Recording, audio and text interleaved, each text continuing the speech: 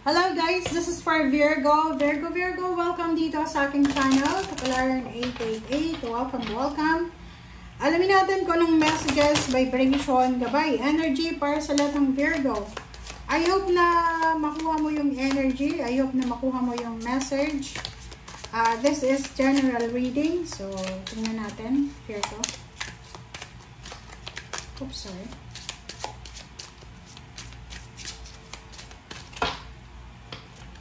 Okay, first card natin is Field Mouse. Second card natin is Wolf. Okay. First card natin, Virgo, is Field Mouse, success. Believe in yourself, in dare to dream big. Second natin is Wolf, heart medicine.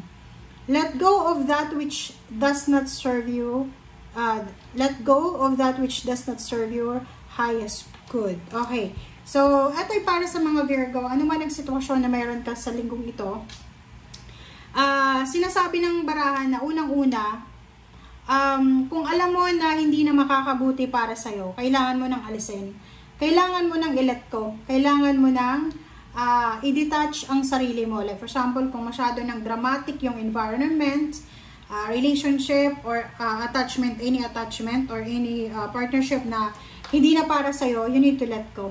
Okay? Kasi maikli lang ang buhay sa mundo, hindi ka naman mag-stay dito ng 100 years na 50 years para saktan ka and 50 years para mag-enjoy ka. Okay? So, kailangan mong maging wise, prioritize yourself, Virgo, and let go mo yung mga unwanted, unhealthy na sitwasyon sa buhay mo. And dito sinasabi ng baraha, maniwala ka, believe in yourself, and dream big. Okay? So, just trust yourself, have faith na lahat ng gusto mo, makukuha mo. Diba? Walang masama mangarap, Virgo. Walang masama na mangarap tayo ng malaki. Alright.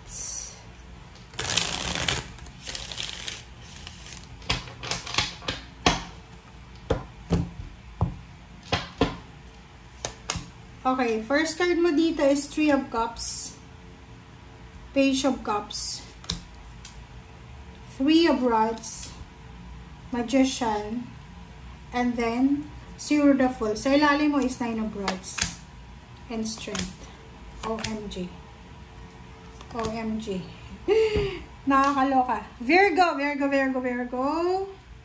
Single, may asawa, may karelasyon, may kalibin, hindi naghahanap ng relasyon or anything. I hope na nasa tama yung direksyon ng barahan natin. Okay, ito yung sa ilalim natin. Please comment down below if you resonated. Tingnan muna natin yung sa ilalim nyo.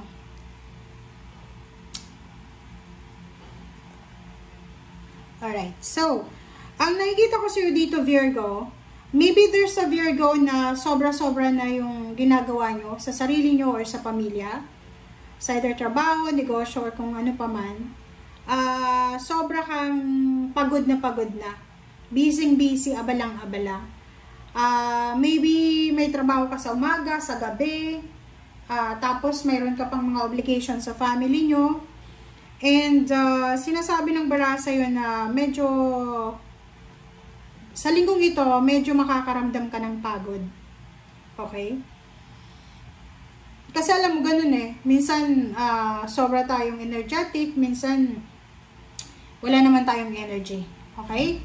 So, sinasabi ng baraha dyan, Virgo, na if ever lang na makaramdam ka ng pagod sa linggong ito, kailangan mo daw na magpahinga. Okay? As much as possible, kailangan mong magpahinga. Kailangan mong unahin yung health mo. Kailangan mong palakasin yung katawan mo. Parang ganon. Meron ditong Three of Swords. Parang sinasabi ng baraha na may mga Virgo na sobra-sobra yung pinagdaanan or pinagdadaanan nyo ngayon in terms of relationship. Like sa love life or sa family life. Sa trabaho naman, sinasabi ng baraha sa inyo dito na meron ditong Virgo na parang inako mo na lahat ng obligations. Like, halimbawa kung bago ka sa trabaho, inako mo na lahat ng obligations, lahat ata ng mga duties and responsibilities ng mga katrabaho mo, ginawa mo na, but you are parang heartbroken ngayon because kahit na pagod ka na, kahit na nakisama ka, may sinasabi pa rin sila sa'yo.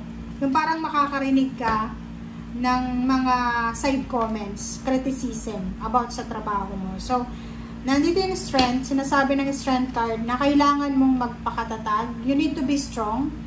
You need to be brave na, kumbaga, labanan kung ano man yan na emotion. Kasi, normal lang yan eh. Lalo na, alam mo, pag pagod tayo, sobrang sensitive natin eh. Lalo na pag alam mo na ikaw yung pumapasa ng obligations, konting salita lang maririnig mo, masasaktan ka na eh. Kasi, feeling mo, hindi ka parang worthy. Hindi ka worthy enough or hindi ka yung best of the best. So, parang ganun. Zero the Fool, Magician, Three of Wands, Page of Cups, and Three of Cups. Sinasabi ng bara sa'yo na isang unexpected new beginnings na posibleng hinihintay mo. Maybe relationship, parang ganun. So, halimbawa kung ikaw ay galing sa breakup, like ganun, may relationship ka dati, may asawa ka dati, after ng breakup nyo, possible na isang unexpected na love life ang magsisimula, isang unexpected na friendship or unexpected na trabaho ang posibleng i-offer sa'yo ng universe. And etong love life or etong trabahong ito, eto yung parang pinagpipray mo talaga. Eto talaga yung minamanifest mo. Yung Three of Cups dito, there's an incoming celebration because of success. Parang sinasabi ng barahan na answered prayer siya. And may wolf card tayo dito. Sinasabi ng wolf dito na i-let go mo daw yung mga bagay, relationship, sitwasyon, trabaho na alam mo na hindi na makakabuti sa'yo. So, dito sa baraha, kung ano daw yung nagbibigay sa'yo ng pagod, kung ano yung alam mo na nagiging dahilan para mapagod ka, mainis ka, mawalan ka ng gana, yun yung dapat na alisin mo sa buhay mo. Okay? And next card natin is etong Three of Swords. Yung Three of Swords, nakikita ko sa'yo dito na silently, parang umiiyak ka. Parang umiiyak ka mag-isa, pero hindi mo masabi-sabi sa kaibigan, kapamilya, katrabaho mo na pagod ka na. So, ang nakikita ko sa'yo dito na alam mo sa sarili mo na lahat ng ginagawa mo ay para sa ikabubuti mo. So, kung yung ginagawa mo kahit sa pamilya, like ikaw yung breadwinner, hindi nila na-appreciate, okay lang yun. Isipin mo na ginawa mo yun para sa kanila or ginawa mo yun para sa sarili mo. And kung walang appreciation, okay lang yun. Okay? And sa trabaho, ganyan din. As long as na sumasahod ka, as long as na yung sahod mo is, kumbaga, equivalent siya sa trabaho mo, okay lang yun. Okay? So, just let go, let go, let God, let it flow. Thank you guys for watching. Bye!